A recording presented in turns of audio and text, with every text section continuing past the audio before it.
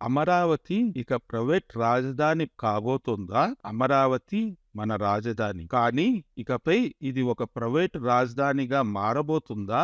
ప్రభుత్వం తీసుకున్న ఈ సంచలన నిర్ణయం ఏంటి? రాజధానిలో నీటి సరఫరా, విద్యుత్, మురుగునీటి శుద్ధి ఇలాంటి పౌర సేవలన్నీ ఇక ప్రభుత్వమే కాదు, ప్రైవేటు సంస్థలు కూడా నిర్వహించబోతున్నాయి. దీనినే పీపీపీ పద్ధతి అని అంటారు. దీనికోసం సిఆర్డీఏ ఇప్పటికే రంగం సిద్ధం చేసింది. పాత చట్టాలను మారుస్తూ కొత్త నిబంధనలు తేవడానికి గ్లోబల్ కన్సల్టింగ్ సంస్థలను ఆహ్వానిస్తోంది. ప్రపంచ బ్యాంక్, ఏడీబీ షరతులకు తగ్గట్టుగా రాజధాని పాలనలో స్వయం ప్రతిపత్తి, జవాబుదారీతనం ఉండేలా మార్పులు చేయబోతున్నారు.